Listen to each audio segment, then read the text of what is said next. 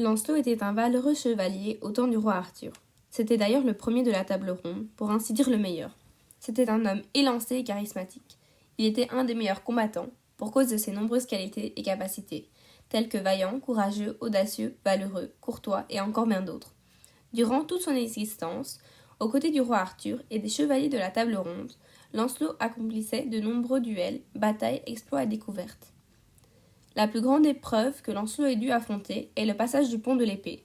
Cet exploit se passe aux abords du château de Méléagant, où la reine Guenièvre est retenue prisonnière. Cette forteresse est gardée par 2 gigantesques lions. Pour y parvenir et sauver la reine, il franchissa le pont de l'épée tranchante comme un rasoir. Arrivant au bout, il combatta avec les genoux, jambes, mains et pieds, ensanglantés, les 2 fauves robustes. Et après avoir gagné le duel contre Méléagant, il libéra Guenièvre. Lancelot est un chevalier de la table ronde. Il est né en Harmonique dans la ville de Trèbes sur la Loire. Il est le fils du roi Ban et de la reine Hélène. Lancelot, son apparence physique est élancée, yeux bleus, il est blond aux cheveux bouclés. Il a d'incroyables qualités telles qu'il est fidèle, héroïque, courtois. Il aime pratiquer la chasse, bref, il a tout d'un chevalier parfait. Malheureusement pour lui, tout humain a des défauts. Lui, il est naïf. Il a à son arc quelques exploits. Il a sauvé la reine du bûcher et l'a rendue à son mari. C'est le premier chevalier de la table ronde, soit le meilleur chevalier. Lancelot est amoureux de la femme du roi Arthur nommée Guenièvre.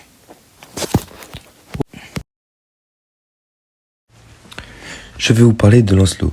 Lancelot est un chevalier de la table ronde. C'est le général de guerre du roi Arthur. Lancelot est un grand chevalier puissant aux yeux bleus. Lancelot est souvent présenté comme le meilleur des chevaliers. Il n'a pas de pouvoir magique, mais il sait chasser, se battre, etc. Il est devenu chevalier pour les beaux yeux de Guenièvre. Le plus grand espoir de Lancelot est le sauvetage de Guenièvre. Il a parcouru les dangereux ponts de l'épée pour arriver au royaume de Gore et sauver la reine. Guenièvre était amoureux de Lancelot, et Lancelot aussi. Mais Guenièvre était la femme du roi Arthur, et quand le roi a découvert leur amour, Guenièvre allait être tuée. Heureusement, Lancelot avait préparé une armée. Il y a eu la guerre entre le roi Arthur et Lancelot. Lancelot gagna la guerre car il a tué le meilleur chevalier du roi. Il demanda au roi s'il pouvait épargner Guenièvre. Lancelot a quitté Camelot et il est parti avec Guenièvre. Il revient seulement quand le roi Arthur est mort. Je vais vous parler de Lancelot. Lancelot est le fils du roi Ban, de Benoïc et de la reine Hélène. Dans la forêt du bouc Iliade, il est enlevé par la fée Viviane. Et à la mort de son père, il a été plongé dans les eaux du lac.